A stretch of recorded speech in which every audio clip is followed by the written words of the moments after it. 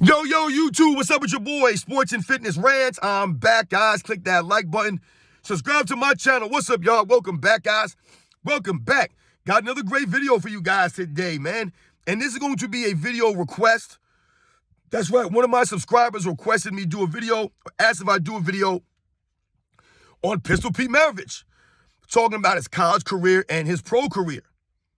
I thought that was a great idea. I don't know much about Pistol Pete Maravich, so I took it upon myself to do the research, to do the homework, so that I could speak in this video. So, like I said, this is a requested video by a subscriber. Shout out to 20 grand. Been a subscriber to my channel. Thank you for all the support. My man, this is for you. And we're going to talk about Pistol Pete Maravich in this video, guys. And I want to thank everyone out there, man. Everyone across the world, everyone across the states. Shout out to all the subscribers, anyone who's commented on my videos, you guys liking my videos, everyone in the membership. Shout out to all you guys, man. Forgive me if you guys request videos from me and I don't respond. Forgive me, guys. Sometimes I don't see some of these requests. Your comments, sometimes I don't see the comments. I don't get the notifications. I do everything on my cell phone, guys. So forgive me if you requested a video and I haven't gotten to it or I didn't respond to you. Just keep requesting it to me. You know, I'll try to respond if I can, guys. I really try to read the comments and go through these, guys, because it matters to me, man. You guys support my channel. So I always try to, like I said, do everything for the people, man. So much respect to all you guys out there, man. And forgive me if I have not gotten back to you about a request or something of that nature, man. Forgive me, guys. And you guys know what to do. Turn the volume all the way up. Hit that play button. Remember, these videos are for educational purposes. And let's roll. So like I said, guys, this is a requested video. Shout out to my man 20 grand. Thank you for requesting this video. And he asked if I could do a video on Pistol Pete Maravich, his college career and his pro career. Now, off the top, you guys know I was born in 1980. I believe Pistol Pete Maravich's last season was 1980. He played in the Boston Celtics before he retired after that season. And I believe he played 10 seasons in the NBA. And like I said, I did not get to watch Pistol Pete Maravich play live, but I've always told you guys, there have been many players, many great players in NBA's history that I did not get to watch live, but I recognize their greatness because I did the homework and I listened to people who know more than me. I listened to them speak. I respect what they had to say, and I listened to the information. So obviously, I never saw Bill Russell play, but I respect and appreciate his greatness. Will Chamberlain, never saw Will Chamberlain play. Right, never seen a lot of these guys play. Dr. J, didn't really get to see Dr. J play. Right, his last year was 1987. Right, I was 7 years old. I don't remember these things that well, you know. I didn't get to see Dr. J in his prime in the 70s. Right, I didn't get to see prime Kareem Abdul-Jabbar in the 70s. Right, I didn't get to see John Havlicek. Right, some of these other great players. I just didn't get to see Elgin Baylor or Jerry West. I didn't get to see these guys, but I did the homework and I researched and I understand the history of the NBA. It's about knowing the history of the game. I've told you guys on this channel. You hear a lot of these guys, these analysts, these so-called analysts, talk about the old players of the NBA's history, and they don't understand it. They're just saying nonsense. They don't know the true history. So when I looked into Pete Maravich's college and pro career, I was shocked, man. I was shocked, and I felt a little stupid. I felt a little bit ignorant that I did not know the extent of this man's greatness, the creativity of this man. I did not know about it. I'll be honest, guys, I did not realize how creative and how, like I said, box office Pistol Pete Maravich was, how much he loved the game of basketball. I mean, there's stories of Pistol Pete Maravich from a young age. Let's not forget his father was a coach. His father played, I believe, 3 or 4 seasons in the NBA back in the day. His father was a coach for many different teams. And he had Pistol Pete Maravich learning the game of basketball from an early age. You hear stories about Pete Maravich dribbling the ball while in a car, right? Putting the window down and dribbling the ball outside while the car's moving. These are true stories that his friends would tell. Pistol Pete Maravich dribbling the ball while riding a bicycle. This is what he did, guys. They told stories of Pistol Pete Maravich dribbling a basketball everywhere he went. Literally, they said he would dribble the ball in movie theaters. Movie theaters, so much so that other people would hate this. And they would complain to the management, and Pistol Pete Maravich would get thrown out of these movie theaters for dribbling the basketball off the armrests, off the floor, off of people's heads, they said. This is what Pistol Pete would do. This is how much he loved the game of basketball, how much it meant to him. This guy was dribbling everywhere. His father would have him doing all these dribble drills. The man was a wizard with the basketball. Better than Bob Cousy, they said. They said that Pete Maravich was at a camp one time. I forgot how old he was. He might have been 12 years old or something like that. He was at a camp, and Bob Cousy was there. And they said that Pistol Pete Maravich threw this pass, right? This crazy bounce pass, like a full court bounce pass, right? With some English on it, right on the money to this guy for a layup. They said that Bob Cousy grabbed the ball and called a timeout, stopped the game, and was like, who is that kid? That's what they said Bob Cousy said about this kid. This was Pistol Pete Maravich, guys. So when I look into his college career, we all know about the scoring, right? Like I said, this girl, Caitlin Clark, is supposed to be passing his all-time scoring record. She just passed it, right? For college basketball. When I look into Pistol Pete's college career, it's nothing short of sensational. It's nothing short of sensational. Now, we all know, or maybe you don't know, but Pete Maravich played for his father, Pete Maravich, on the LSU Tigers. That was his college team. And leading up to those years, Pete Maravich was a savant. He was, like I said, just an original. He was something that you've never seen before. His father, Pistol Pete Maravich was basically the product of a father who was all about sports and basketball. And he put that all around his son from day one. This was Pistol Pete Maravich. You guys have heard the stories of people's parents pushing their kids into sports, people or parents living through their kids. And I'm not saying that Pete Maravich's father was living through him, through his successes or anything like that. But you could tell his father was all about basketball and was pushing his son to play the game of basketball. He wanted his son to play professionally, and he made no gripes about it. He didn't lie about these things. He wanted and pushed Pistol Pete to be a professional basketball player so that one day he would tell people, this guy's going to make $1 million.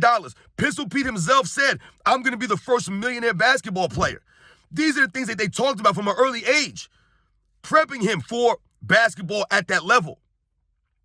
There were stories that Pistol Pete Maravich, well, not a story, but he was on the varsity high school team in junior high, guys. He was in junior high playing on the varsity basketball team as a 12, 13-year-old, playing with 17, 18-year-olds. This was how great he was, guys, from an early age. The wizardry of this man. So when you look into his college career and then you see that he played for his father at LSU, the first thing I noticed, guys, watching film of him is he wore number 23.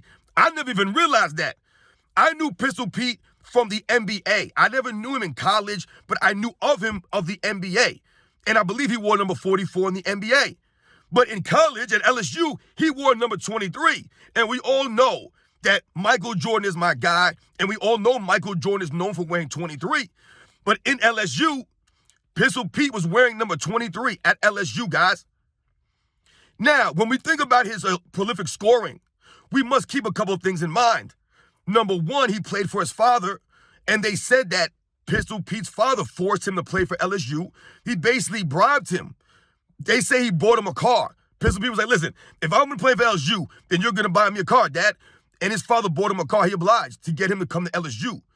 And he was essentially a one-man show at LSU, which allowed Pistol Pete Maravich, they said, to shoot 40, 50 times a game during the season, right? During his college career, he averaged, 44 points a game for his college career, which is still the record by far.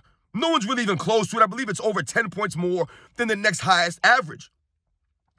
So when we think about Pistol Pete playing for his father, being allowed to shoot this many times a game, and also being a prolific, it's not like he's just out there chucking up shots. He was a prolific scorer. Once again, there was really nobody else on the team. LSU was not one of the great teams. They were great or known because of Pistol Pete Maravich. Everyone went to watch the games. So when Pistol Pete Maravich comes in as a freshman on LSU, guys, a freshman, he's on the freshman team. Not on the varsity team yet, right? He's not on the LSU team. He's on the freshman team as a freshman. They say that all of the people went to watch the freshman games to watch Pete Maravich. They didn't even go to the senior games, the varsity game. They didn't go to it. So it was like LSU basketball was all about Pete Maravich. That's what it revolved around. As a freshman, guys, he was on the freshman team. No one watched the varsity team. They said there would be 5,000, 6,000 people watching Pete Maravich in the freshman play. And then as soon as the game was over, the arena cleared out. And there would only be about 500-600 people left to watch the varsity LSU team. This is what Pete Maravich did for LSU. He was box office, guys. Box office. That was one thing that I noticed studying about him, was that this man had a love of the game. He played with a love of the game, right? He wasn't playing for stats per se. He was playing with the love of the game. But at the same time, Pete Maravich was very creative. Like I told you, man, he had the artistry out there. Dribbling the ball handling of Pete Maravich, second to none, guys. There are many people who consider him the greatest ball handler in the history of the game. I know a lot of times these days, we get enamored with the Kyrie Irvings and the Steph Currys, the Allen Iversons, right? The Tim Hardaways, the Isaiah Thomases, the guys who are known for being dribblers, ball handlers in NBA's history. But it was Pete Maravich in the 70s, right? Things that he was doing was 20, 30, 40 years ahead of his time. When I was watching these videos, doing research, I've never seen people do some of these passes that he was doing in the videos, that he was doing regularly. These were regular things for Pete Maravich. His creativity was off the charts. I did not know this about the man. This was Pete Maravich in college. So he leaves the freshman team after that year and then plays on the varsity team the next season as a sophomore. And immediately, once again, I told you guys, box office, right? Takes over the whole area. Everyone's trying to watch Pistol Pete. Everyone wants to see what he's going to do next. He had the creative finishes. I mean, he had like this one shot where he would jump up for a jumper, and then he would hang in the air and then pump it back and then shoot it with one arm, with the right hand. Just one arm, though. It's crazy how often he did this, manipulating the ball around players through his leg. I've never seen anybody do these things really like this. He was doing these passes through the legs off the bounce in games regularly, 3, 4, 5 times a game. Behind the back bounce passes, full court behind the back bounce passes. I mean, it was insane. The wizardry, the artistry, the creativity that Pistol Pete Maravich was playing with in an era where you didn't know these things were going on. Like I told you guys in the past, Bob Cousy was known as the magician, right? The Houdini of the hardwood. And even Bob Cousy was in awe of the things that Pete Maravich was able to do on the basketball court. This guy could spin the ball on his finger like it was nothing. He could spin it off his head, bounce it off his knee, manipulate the ball here, manipulate it there. You know, you guys remember Rajon Rondo making that fake wraparound behind the back pass layup? That became like a patented move for him. Pistol Pete Maravich was doing this, guys. He was doing this way before Rondo or any of the other guys did these things. Pistol Pete Maravich was doing this in games, guys, regularly. So when you look at Pistol Pete Maravich's college career, no, it's not full of a bunch of national championships or NCAA wins. They never made that. It was literally Pistol Pete Maravich and the rest of his players around him. He was the guy. This is why he was scoring 44 points a game. He had to be the showman, right? And this was part of the gift and the curse for a Pete Maravich, right, when he would go into the NBA. But when I think about Pete Maravich, like I said, the work ethic of him, always doing his dribbling drills. You know, one of his friends said that they went to a park one time when they were young, you know, like 11, 12, 13 years old, whatever they were. They went to a park and they were playing basketball. And it was getting late and his friend was like, hey, Pete, man, why don't we, get and go head home? It's time to head home. And he said that Pete said, okay, man, as soon as I miss a free throw, he said 168 free throws later, they went home. And he said that he believed that Pete only missed because he felt bad for his friend, so he missed on purpose. 168 free throws in a row, he said. This is Pete Maravich, guys. This is the work ethic he had as far as working on his craft, the game, his skills, the ball handling, the shooting ability of Pete Maravich. This man was running all over the place, up and down the court. Think about the energy you have to score 44 points a game, because it's not just about scoring the points. You have to put those shots up. And people think it's easy just to shoot. If I took 30 shots, I could score. No, you wouldn't. You wouldn't be able to. No, you could not.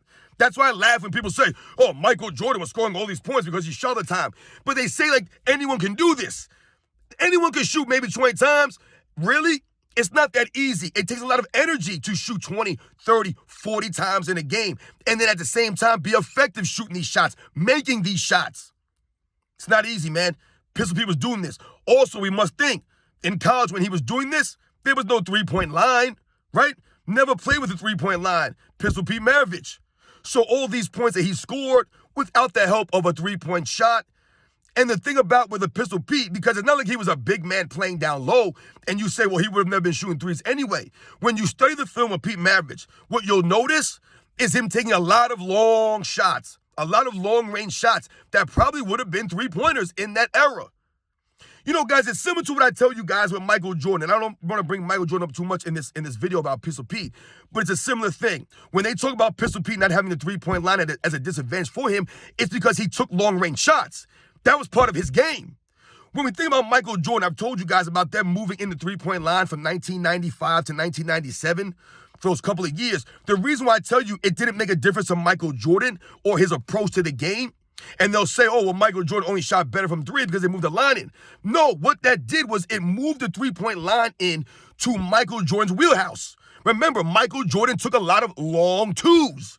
A lot of long twos, Michael Jordan. So when they moved the line in, all that did was basically take those long twos that he was taking and made them threes. It fit right into his wheelhouse. It wasn't that Michael Jordan couldn't shoot. They had to move the line to help him shoot. No. Michael Jordan was always taking long twos. Now they happen to be threes. Pistol Pete Maravich, he took a lot of long-range shots that were twos that would have been threes. So when you look at the points, it's really amazing what he was able to do at that time. Like I said, not just the scoring, though. The way that he scored was very creative. I did not realize he was that creative.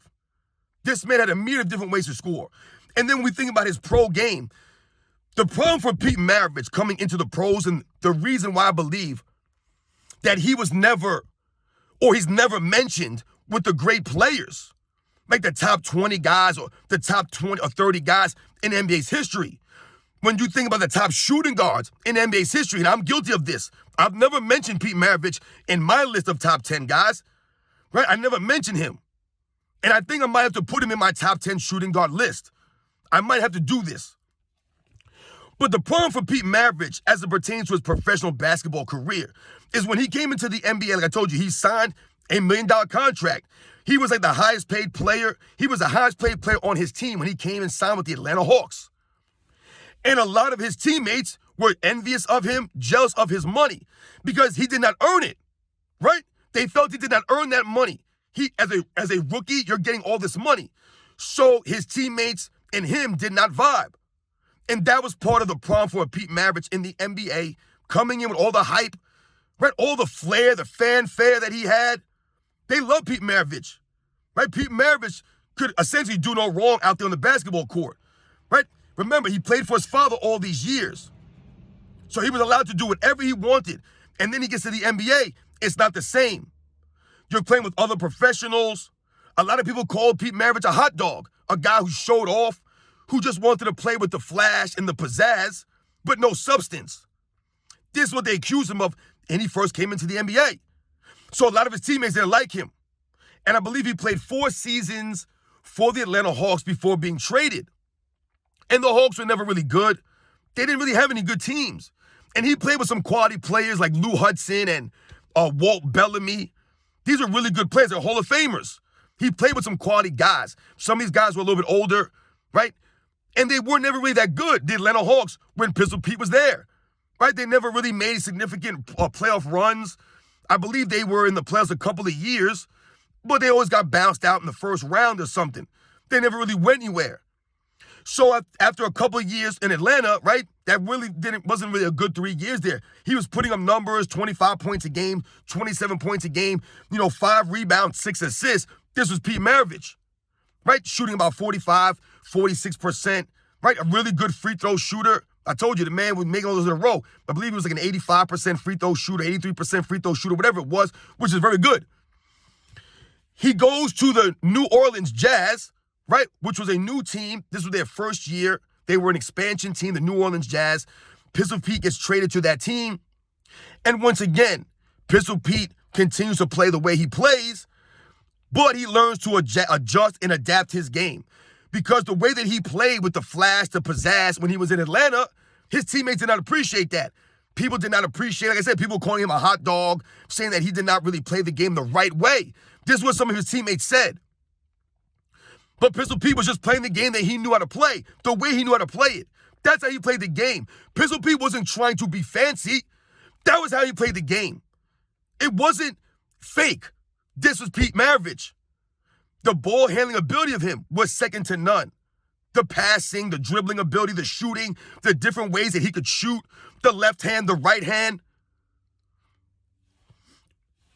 So when we think about Pistol Pete Maravich's NBA career, one of the great scorers in NBA's history, just one of the great scorers because he could score in a myriad of different ways, right? He could score going to the paint, from the outside, the left hand, the right hand, right? Like I told you, he could create in the air, change the shot up, shoot it with the right hand off the glass. This was Pete Maravich, guys. Pistol Pete Maravich had lucky socks, right? He was very superstitious, and he had these floppy, like really big floppy socks that he wore. And they said he never washed them. He washed them on his own. He never let them go with the other uniforms and the other player stuff. He was superstitious about his socks. I mean, it's just, I wrote some of this stuff down, guys. The work ethic of Pistol Pete Maravich. Always doing his drills. Always working on his game. Never letting his game go, right? Always working on his game. Continuing to work on his craft. He respected the game of basketball. He loved the game of basketball. By all accounts, everyone will tell you, Pistol Pete Maravich loved the game of basketball just like his father did. That's why he loved it, almost to a fault. I mean, like I said, guys, dribbling the ball while driving the car, dribbling the ball while riding the bike. I mean, the dude was, I don't think, I mean, it's just insane, guys, when you think about it. And it's like I said, it's tragic because Pistol Pete's not mentioned much. But when you look into his professional career, the reason why I believe he's not mentioned with the greats often, you don't really bring him up too much, is because of the winning. Back in them days, the 60s, the 70s, into the 80s, the 90s, it was about winning. You had to be a winner. So when we think about the 60s, right, Bill Russell's considered the greatest winner in basketball because he was winning, though. This is why people put Bill Russell up there, because of the winning, the leadership of him, right? This is why Wilt Chamberlain was sometimes being disrespected, not mentioned, because he didn't win like Bill Russell. It was about the wins, right? This is why Bill Russell was voted to 5 MVPs, right, by the players. They respected his winning and his leadership, which led to wins. We think about guys like Kareem Abdul-Jabbar, right, in the 70s, right? We think about a Wilt Chamberlain in the 70s, right, in those early 70s Lakers teams, the New York Knicks of the early 70s. I mean, Pete Maravich was playing in an era with great teams, not just the great players, but great teams. The New York Knicks of the early 70s are probably one of the greatest teams that people never mention.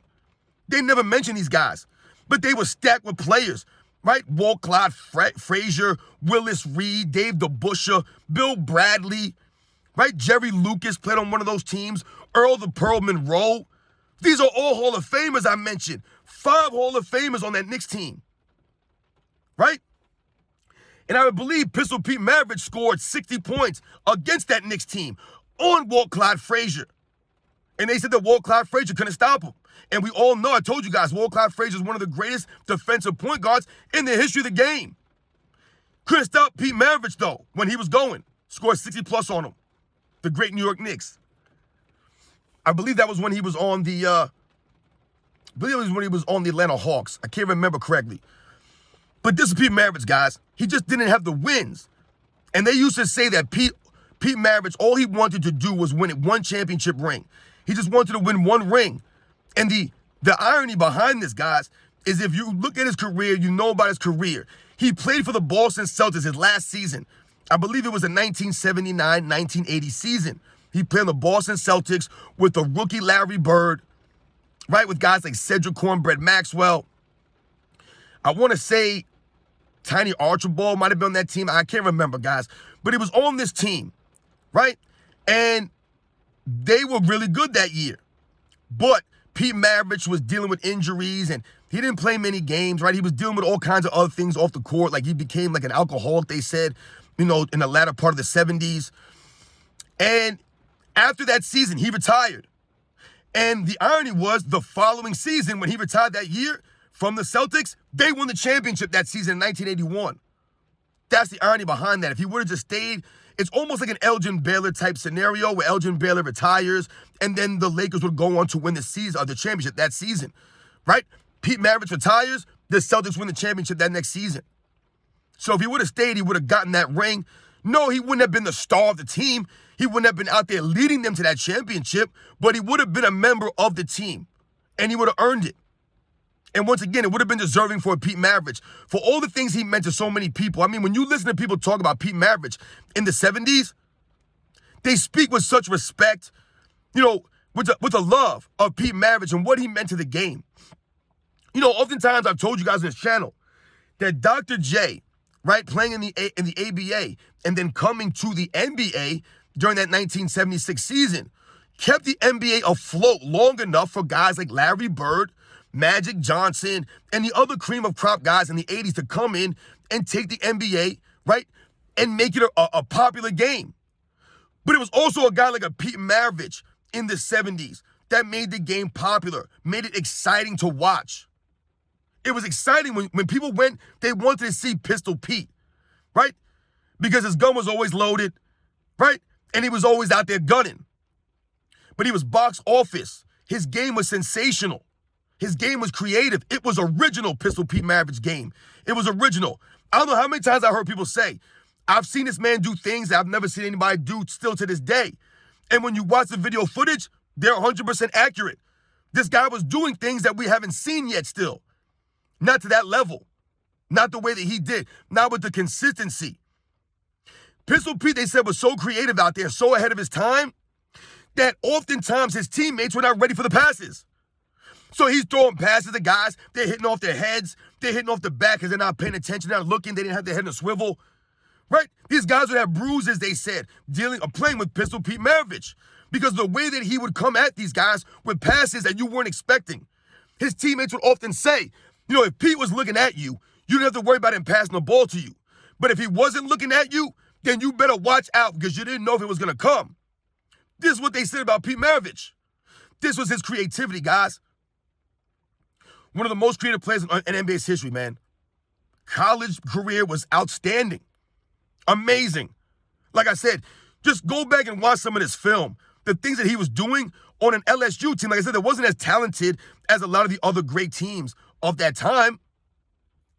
I remember Dan Issel. I can't remember what team he played for, the Hall of Famer, Dan Issel. Played for the NBA many years. Played in the NBA, in the ABA and the NBA, I believe. A Hall of Famer. He said that his team, I can't remember what team it was that he played for in college, but they said his team, Pistol Pete Maravich averaged over 40 points a game against his team in college. And they averaged a margin of defeat was 9 points. So this guy was averaging, Pistol Pete was averaging 40 plus points a game, and his team was still losing on average by 9 points, right? So once again, this highlights that Pistol Pete Maravich had to do a lot of these things on his own offensively and create for others. And it didn't hurt your father was the coach, right? When you're allowed to take these shots. And they say that's what hurt him going into the NBA, is that he was playing for his father all those years, and when he went to the NBA, like I said, a lot of guys called him a hot dog and that he didn't really play the game the right way. He was out there to put on a show. And he was out there to put on a show, but he was also out there to win. He wanted to win. He was a competitor. So much respect to Pistol Pete Maravich. This video went really long, guys. I'm sorry. Shout out to 20 grand a subscriber. I mean, it's sensational what Pistol Pete Maravich was able to do. Like I said, to me, I'm going to have to put him, I think, in my top 10 shooting guards of all time, probably at number 10. And like I said, it's sad the way that his career ended. I believe he only played 10 seasons. Never really won anything. Never really played on a good team. Right? Not even a good team. Not a great team. You know, like I said, he was on the 80s Celtics, but that was at the end. It was his last year. He was never the leader of a great team or a really good team. But the memories, the skills, the creativity can't be denied. It can't be denied. So you guys know the deal, man. Shout out to Pete Maravich. Rest in peace, man. Shout out to all his fans, his family. The man's a true legend. He doesn't get mentioned enough. And I'm guilty of that myself, guys. So we must continue to put some respect on these past eras. These are not plumbers or taxi cab drivers. Could you imagine Pistol Pete Maravich, guys, in today's NBA? Could you imagine that? He would be off the charts, guys. It'd be off the charts. The way he was able to dribble the ball and, all over the place and handle it. He didn't carry the ball and do all this nonsense. Go watch the film. He was dribbling the ball the right way. Guy was learning these skills from an early age. 6 years old, man. His dad had him doing dribbling drills and all kinds of stuff. You guys know the deal, man. I catch you guys on the next one.